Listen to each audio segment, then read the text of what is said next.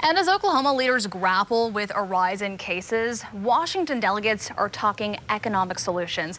Live for us this morning from the nation's capital, Senator James Lankford joins us this morning. Good morning, Senator. How are you doing?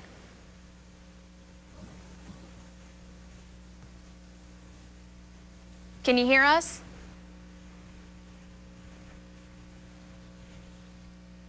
It looks like I can hear you fine. Thank you. Okay, there you go. Okay, we can see you. Your shot was frozen just a little bit. Yeah, we got you.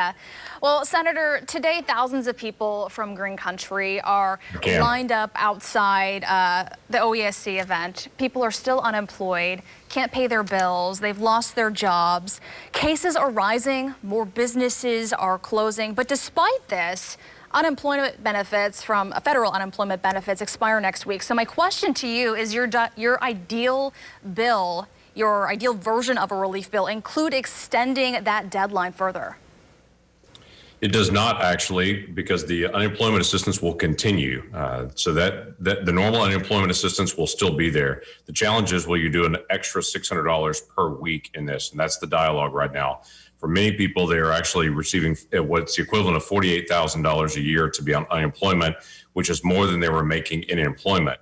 And that's created this odd dichotomy where there are businesses that are open that are asking people to be able to come back to work. And they're saying, I'll come back to work as soon as the unemployment benefits stop because I'm making more on unemployment than I was in employment. The law is that you don't make as much on unemployment as you do on employment because it's designed to be able to help supplement you until the job begins again or until you find a job. And the law is also that if you get a job offer by law, you have to be able to take that if you're on unemployment to be able to transition out of it. And so we're in this strange time that we've got to be able to fix this, to be able to help people that desperately need the help right now. And to be able to get the assistance to them, but also encourage folks that can go back to work to go back to work, because every person receiving unemployment, that's money someone else makes that's being transferred over to them.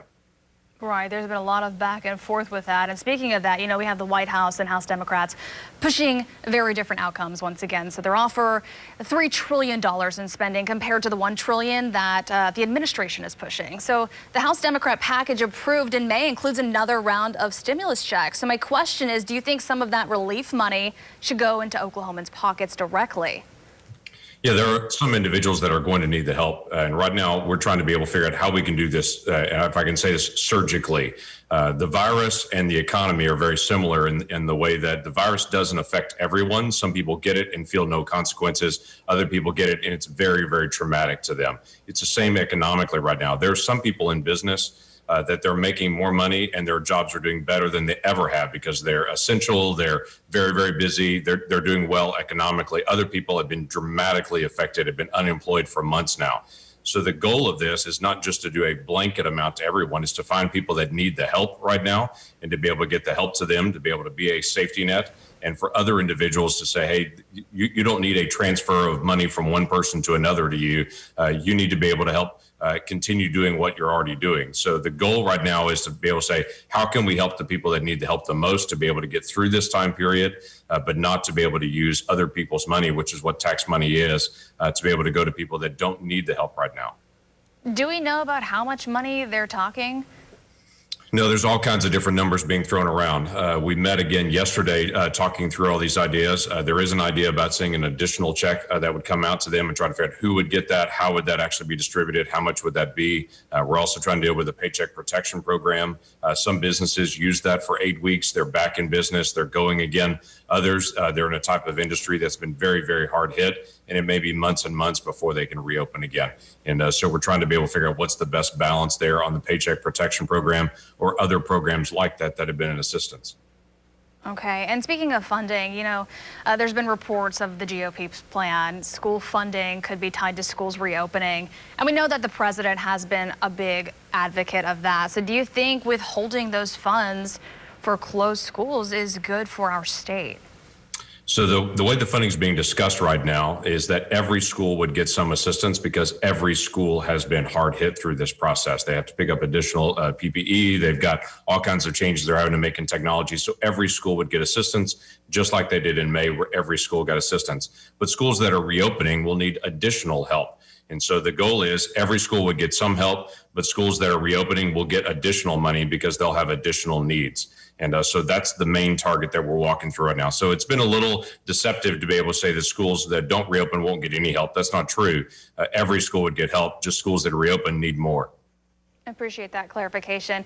You know, the GOP version of that bill is set to come out sometime this week, which brings me to my next question. Also this week, a bill to crack down on internet censorship in Hong Kong, and you introduced that bill yesterday. So my question is, why now, and what is that about?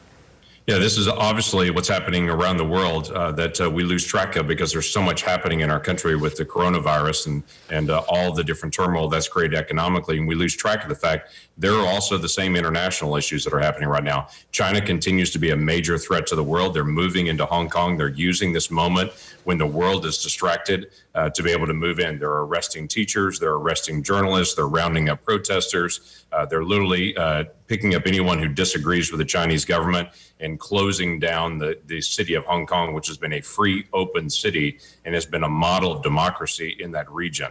And so one of the things that I push right now with Democratic Senator Tim Kaine, he and I are doing together, is to be able to make sure that the people of Hong Kong can continue to get internet access. Now, that may not seem like a big deal, but they can't organize, they can't talk to each other if the Chinese government shuts off their ability to be able to speak.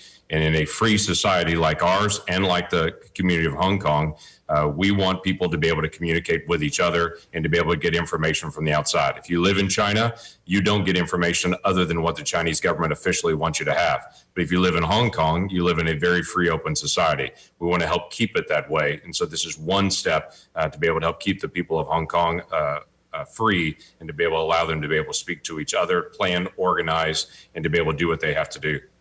All right, Senator. Well, we certainly appreciate your time. Thanks so much for joining us this morning. You take care. Thank you.